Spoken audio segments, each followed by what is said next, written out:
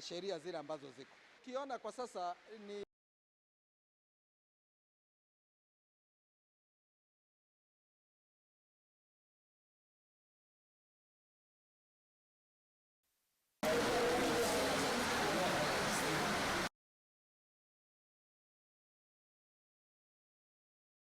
wa sheria zile ambazo ziko.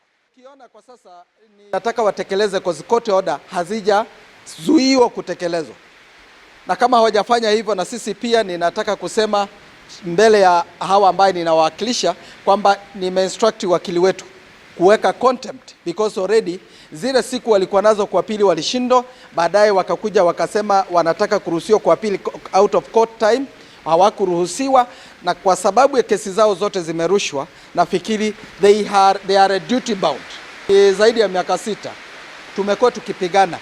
Haina sababu siku 2 ama 3 eti ionyeshe kwamba tutakuwa tuna give up. We will not give up.